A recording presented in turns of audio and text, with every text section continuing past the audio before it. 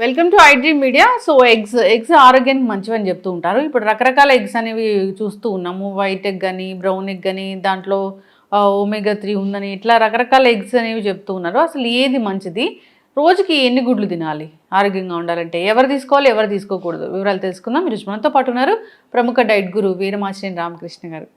Sir నమస్తే. జనరల్గా అంటే ఎగ్స్ మంచివే ఆరోగ్యానికి అని చెప్తూ ఉంటారు.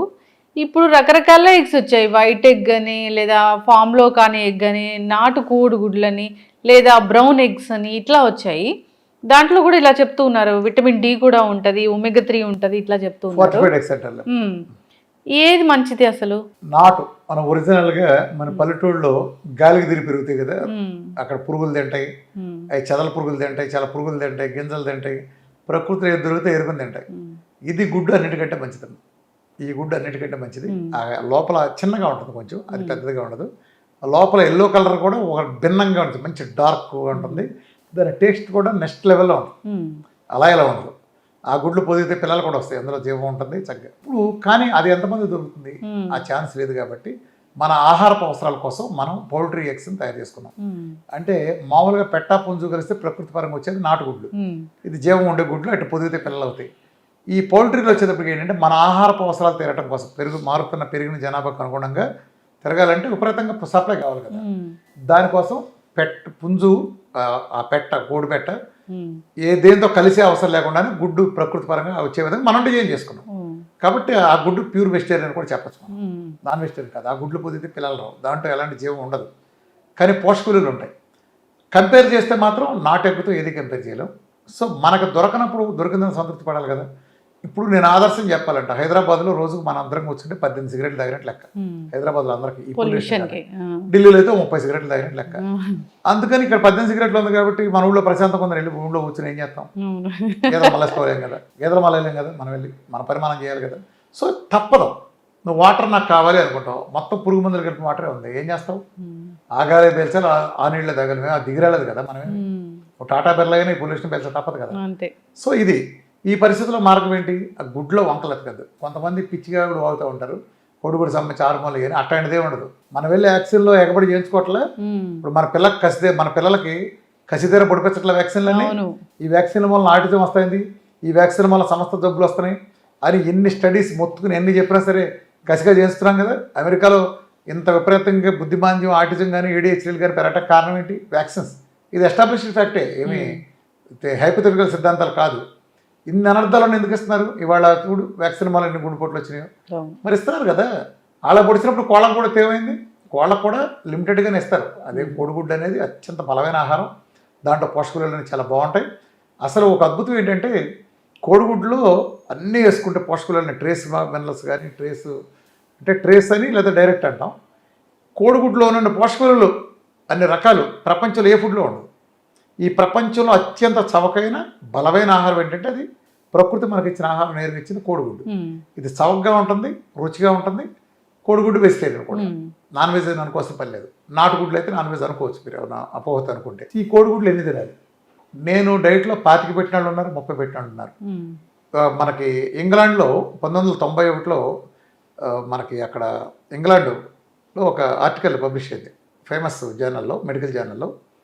ఒక అతను 30 సంవత్సరాల పాటు ప్రతిరోజు 25 గుడ్లు తీసుకున్నాడు.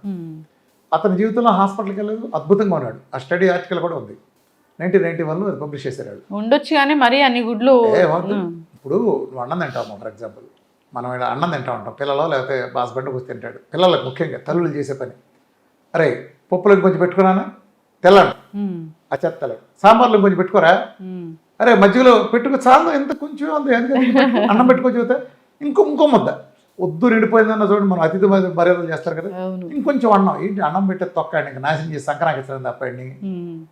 అన్నాలు పెట్టి బస్తా చేస్తారు. చేయించిన దగ్గర నుంచి నా కొడుకు బస్తా 7 రోజులు దగ్గర 3 రోజులు ఇదే కదా. అంటే పరిగమాలంది నువ్వు అంత కోరుతున్నావు కదా. ఈ ఎగ్గులో అంత బలం ఉంది కదా, ప్రతి అణువులోనూ బలం ఉంది కదా ఎగ్గులో. మరి ఎగ్ తింటే ఏం మరి అంత బలమంది ఎక్కువ తింటే ఏమవుతుంది, 25 తింటే ఏమవుతుంది? నా వరకు నేను ఎక్స్పెరిమెంట్గా ఒక చిన్న పాప 4 సంవత్సరాల పాప వస్తే ఆ పాపకి నేను క్యాన్సర్ ఏఎంఎల్ క్యాన్సర్ మొత్తం అసలు డేట్ చెప్పేసినారు. అది ఎవరో ట్రీట్మెంట్ కూడా తీసుకోవాలి. ఆ అమ్మాయి WBC 200 పడిపోయింది. అట్లానే హిమోగ్లోబిన్ కూడా సమ్ 5 అరౌండ్ ఉంది. 5 అరౌండ్ హిమోగ్లోబిన్, ప్లేట్లెట్లు 48,000, RBC కూడా 2 ఉండేది. డైట్ వచ్చి 3 ఏళ్ల పిల్లకి ఏం పెడతాం? నేను సరదాగా అడిగాను, అమ్మ కోడిగుడ్లు తింటావా గట్టిగా, నువ్వు కోడి ఇంజక్షన్లు చేయాల్సిన ఎగ్స్ తిండమ్మా ప్రాబ్లం తగ్గిపోతుందని చెప్పి. అంటే అది కొంచెం పూర్ కూడా, అందుకని నేను కొంచెం ఎక్కువ రీసెర్చ్ చేయాలి. ఎగ్స్ కొంచెం వాళ్ళు అఫోర్డబుల్ కాబట్టి అది చెప్పా. అంటే ఎన్ని పెట్టమంటారు సార్ అన్నారు.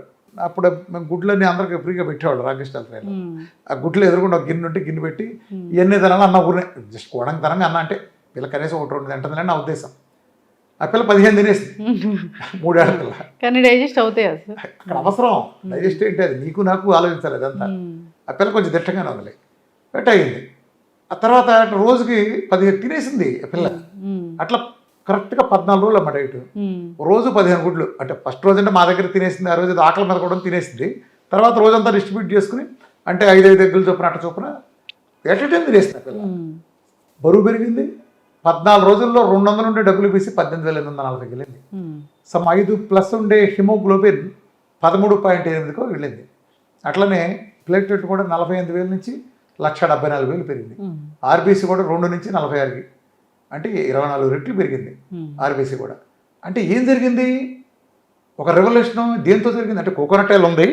కోకోనట్ ఆయిల్ ఉన్న పిల్లకి ఎక్కువ కోకోనట్ ఆయిల్ ఇవ్వలేదు. కోకోనట్ ఆయిల్ అంటే ఎక్కువ తాగలేదు, చిన్నపిల్ల కదా 3 ఏళ్ళకి. అసలు గుడ్లే పెట్టాం అచ్చంగా. గుడ్లతో పాటు ఉన్నాయనుకో మనకి కొంచెం సప్లిమెంటేషన్ ఉన్నా. అంటే ఎంత ప్రభావం చూపించినాయి? హిమోగ్లోబిన్ ఎంత పెంచింది 14 రోజుల్లో? మెడికల్ రిజల్ట్స్ ఇవ్వలే. అట్లా నేను ఇక్కడికి వచ్చే వాళ్ళందరూ కూడా బాగా క్యాన్సర్ వాళ్ళకి, అలానే క్రానిక్ ఆటోఇమ్యూన్ డిసీజులు అందరూ విపరీతంగా పెడతాను. లైఫ్ స్టైల్కి వెళ్ళాము, తిండి తగ్గించి 1 మీల్ ఇస్తాను. ఈ ఆటోఇమ్యూన్ క్రానిక్ డిసీజ్ వాళ్ళకి విపరీతంగా పెడతాను. అందులో భాగంగా నేను డజన్ గుడ్లు కూడా సజెస్ట్ చేస్తాను చాలామంది. ఈవెన్ కిడ్నీ పోయిన వాళ్ళు కూడా 12 ఎగ్గెల్లోలు పెడతాను. అట్లనే మామూలు వాళ్ళకి కూడా డైట్ ఇస్తారా మీరు? జనరల్ గా డైట్ ఇవ్వటం కాదు, ప్రిస్క్రైబ్ చేస్తాను. వాళ్ళ ఇంటి దగ్గర చేసుకుంటాను. నేను డైట్ నేర్పడానికి ఇక్కడ ఉంది. నేను డైట్ ఇచ్చే సెంటర్ కనుక పెట్టుంటే నా దగ్గరికి వస్తే నువ్వు ఎక్కడ నేర్చుకుంటావు?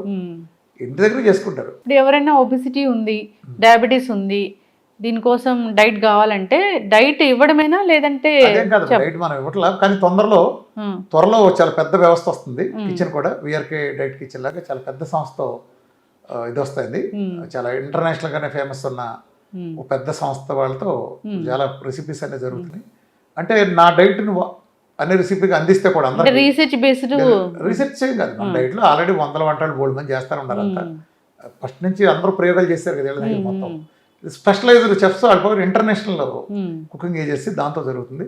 చాలా పెద్ద స్థాయిలో హైదరాబాద్లో అందరికి కూడా కిచెన్ సూపర్ అవుతాయి. అండ్ మన డైట్కి అనుగుణంగా పోస్ట్ డైట్ కూడా పైగా అది కూడా ఆర్గానిక్ టోటల్ లేదా ఫారెస్ట్ దీంతో అవుతున్నారు. పూర్తి హెల్తీగా ఉండేది.